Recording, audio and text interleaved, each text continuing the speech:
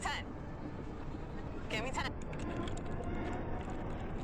You're not natural. You literally take peptides. Actually, I am natural. Why are so many people injecting themselves with peptides?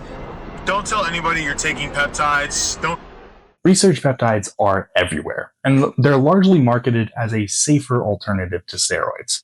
It's kind of easy to put research peptides in the same category as steroids, in the idea that they're both injectable and both help you gain tons of muscle. But categorically speaking, peptides are a lot different from steroids. With steroids, you can just kind of, just let it rip and hope for the best. They're extremely simple to use. It's the reason why your cousin Kevin no longer looks like the turkey from last year's Thanksgiving, and now instead looks like the man who shot it. Steroids work. In fact, they really work. According to Jeff Nippard, using a bodybuilding level dose of steroids is enough to put on almost 20 pounds of muscle in a singular year. An estimated 65% of all professional bodybuilders take steroids, most of whom are taking what is known as a stack of multiple steroids on top of one another. And if that sounds dangerous, yeah, it is. Steroids can cause in many people really high levels of anxiety. It's dose dependent. It's also compound dependent. Things like Tren cause way more anxiety than other milder compounds like Primo. So this is fun. I recently took a validated, empirically validated, scientifically based scale for anxiety. And actually currently right now, I have severe anxiety disorder. It's probably the most severe type of anxiety disorder, short of like panic disorder. And that's actually right now, as I talk, that's what I have. As you can probably tell, this is not without its consequences. While on steroids, you're more likely to experience heart failure, liver damage, mood disorders, aggression, depression, allergic reactions, insulin resistance, decreased sperm count, gyno, joint pain, poor sleep, cataracts, neuropathy, your girlfriend will break up with you, your car will break down, the sun will stop shining, the stars will stop glowing, the Wi-Fi will stop working, the list goes on and on. It is clear that steroid use has its issues. And even though possession of these steroids without a pharmaceutical prescription is illegal, it doesn't stop the steroid black market from selling billions of dollars of steroids every single year. This is because more than anything else, people want to get big. People want to get shredded, and people want their ex to call them back. Please come back, Stacy. I miss you so much. My muscles are much bigger now. Please talk to me once again. But people don't want the negative effects of steroids, which is where research peptides come in. Peptides are kind of micro-proteins, and they often act as signaling molecules or regulation molecules inside the body. Peptides are based in nature. Using research peptides are a way to get big quicker without all the drama. It's like having ice cream without getting fat, or writing a paper without staring at a blank screen for 10 hours, or watching the news without feeling the need to start a war. Peptides exist to boost vitality, aid recovery, and help you gain muscle more efficiently, all while claiming to have little to no side effects. Although it isn't all that appealing if something comes in a bottle that looks like steroids, works like steroids, and literally says on the cover, for research purposes only. It's like dressing up as Halloween as a cop and then pointing a prop at people while saying, "Get on the ground!" Yeah, you're not a cop, but you're just as scary. Now, social media influencers know this, which is why research peptides are being marketed aggressively as a safer alternative to steroids. So just a little warning, if you're a peptide lab rat like me, there's been 178,000 deaths related to peptides this year. Wait, that's from alcohol. My bad. Okay, yeah, but you can't just justify research peptide use by saying how many people have died from alcohol. It's like if I were to justify drinking all the energy drinks that I do by saying everyone in my college is an unproductive slob. Here's the thing about those disclaimers. Not for human consumption, for research purposes only. It's not steroids, we promise. They're super useful because they aren't lying. These disclaimers are technically true, but functionally meaningless. It's the sum assembly required of pharmacology. Everyone knows exactly what's about to happen, and the sentence exists purely so that when it does happen, nobody official can be blamed for it. And just like we've covered previously with liver detox supplements, the FDA doesn't have to review the claims these companies make about their products, meaning anything can be in the vial and they can claim it can do anything for you.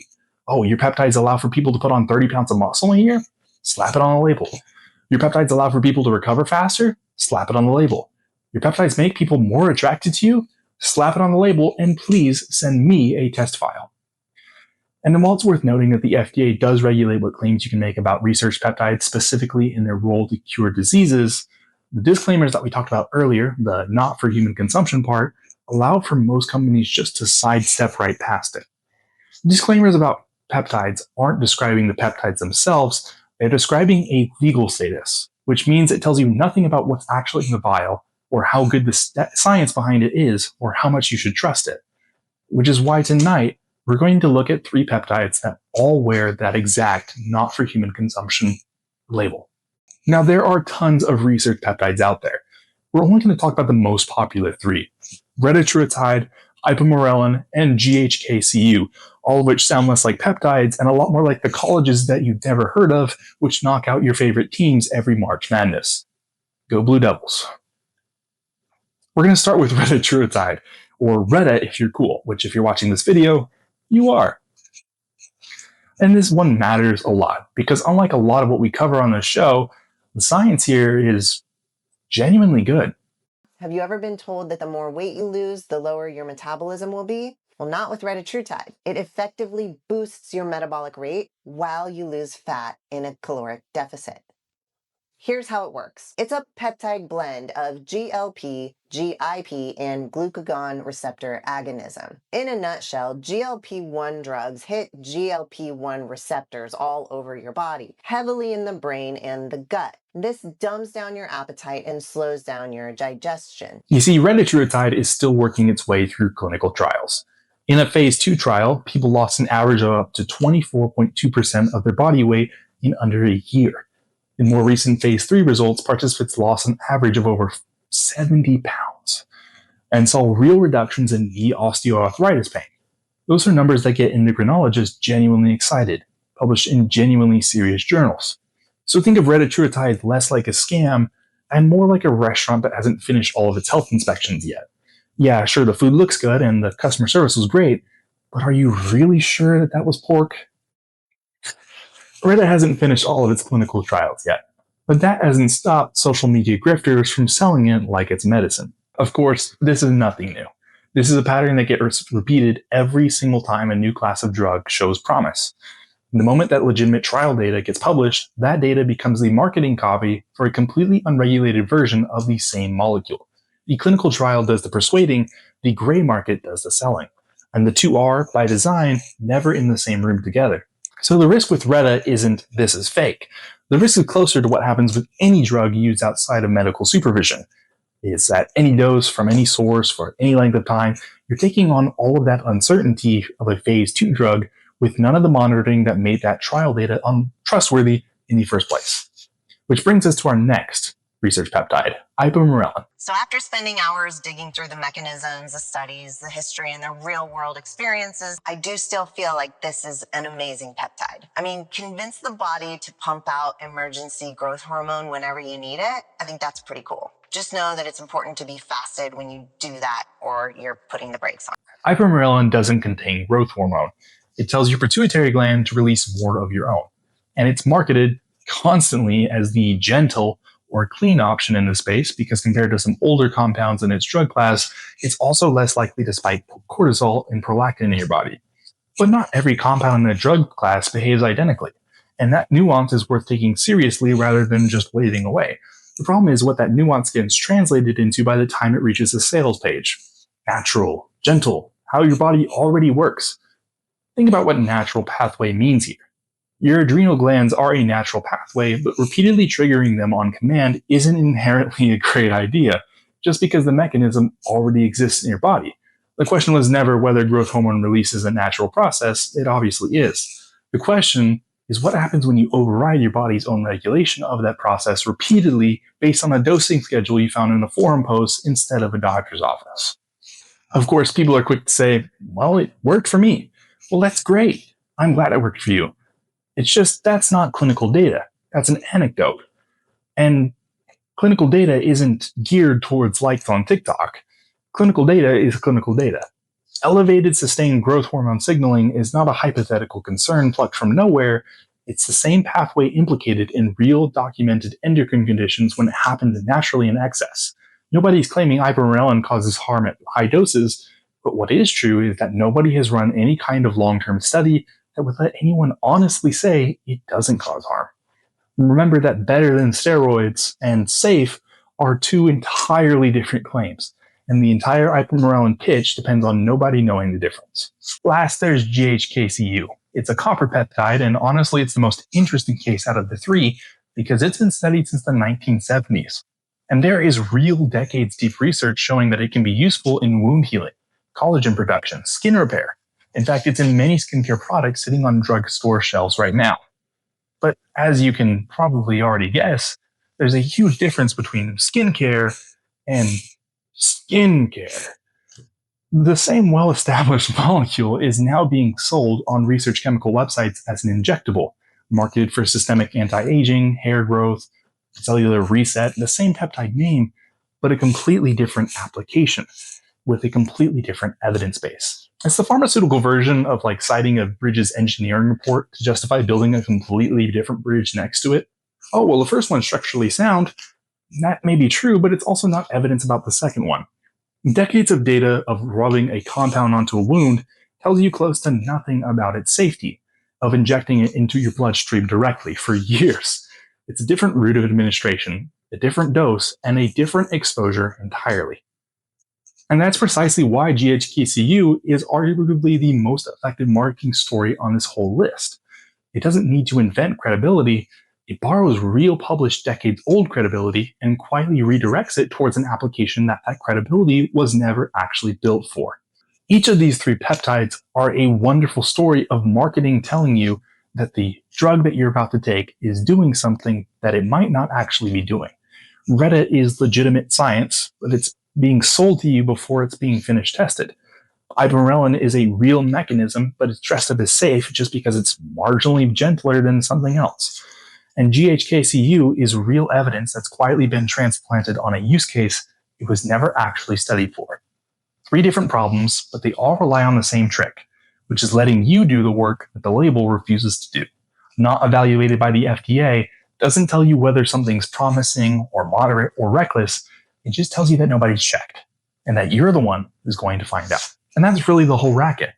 Not that everything in this industry is fake. Some of it is genuinely, legitimately promising. And there are tons of TikTok reviews and honest reviews too, real clinical data showing that this probably could work.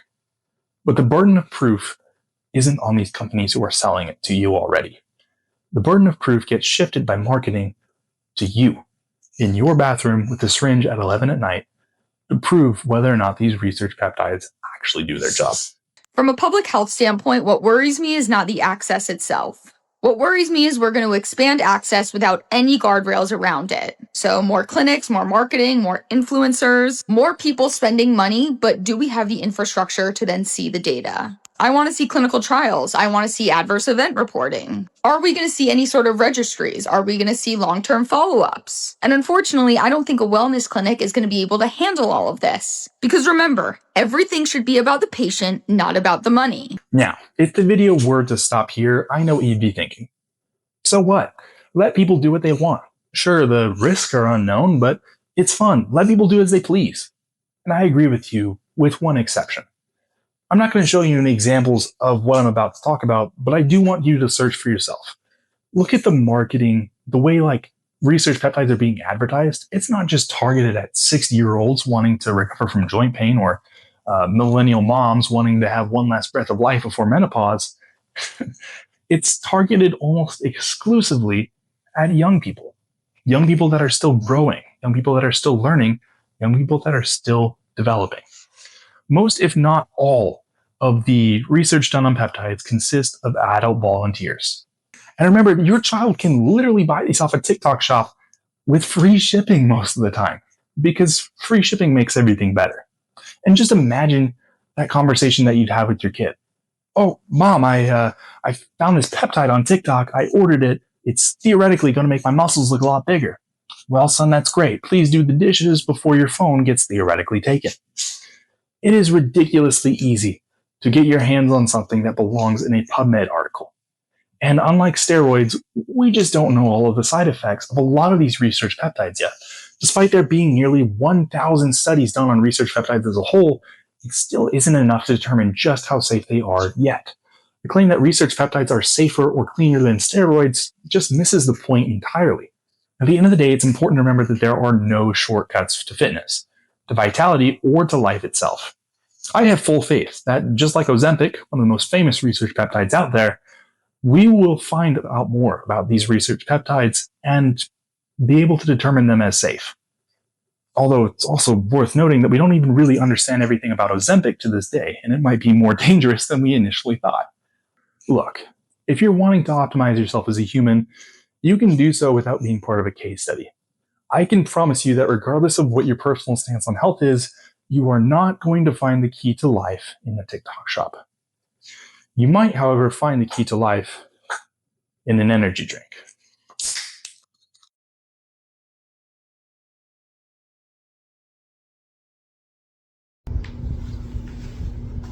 Oh man. Okay, so that was a big mistake. I'm literally filming this at 3 a.m. and oh my goodness. Lucky, please sponsor me. These drinks were great. But guys, please do not consume energy drinks that late. Holy cow. Whoa. Please subscribe so I don't have to do stuff like this again. And I would love for you guys to leave a like on this video and comment why exactly you liked it or hated it. It would mean a lot. I have to go to the bathroom again. Okay, we'll talk to you guys later and have a good night.